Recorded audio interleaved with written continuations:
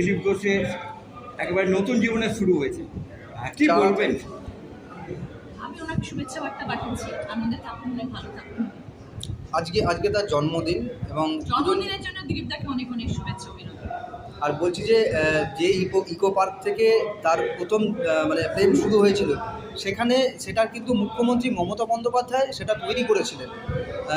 কি বলবেন এটা নিয়ে? ইকো পার্কটা তো সবার জন্য দিদি শুরু করেছেন বলে আজ সেখানে গিয়ে সবাই দেখা করতে পারছেন, বসতে পারছেন, খাওয়া দাওয়া করতে পারছেন, আনন্দ করতে পারছেন, প্রেম পর্ব শুরু হতে পারছে। সেখানে সেই দিদি, সব জায়গায় দিদি আছে, দিদি সর্ব জায়গায় সূত্রপাত করে দেন। মানে সবটাই তো দিদির হাত দিয়ে হলো তাহলে। একদমই তাই। আর বলছি আনন্দের বিষয়। এখনো পর্যন্ত দেবাংশু ভট্টাচার্য মানে অবিবাহিত রয়েছেন, তাকে কি বলবেন? কেউ না কেউ আছে কোথাও না কোথাও, ঠিক সময় হলে আসবে। রাজ্যের বিরোধী দলনেতা তিনি তাকে কি বলবেন? এটা কি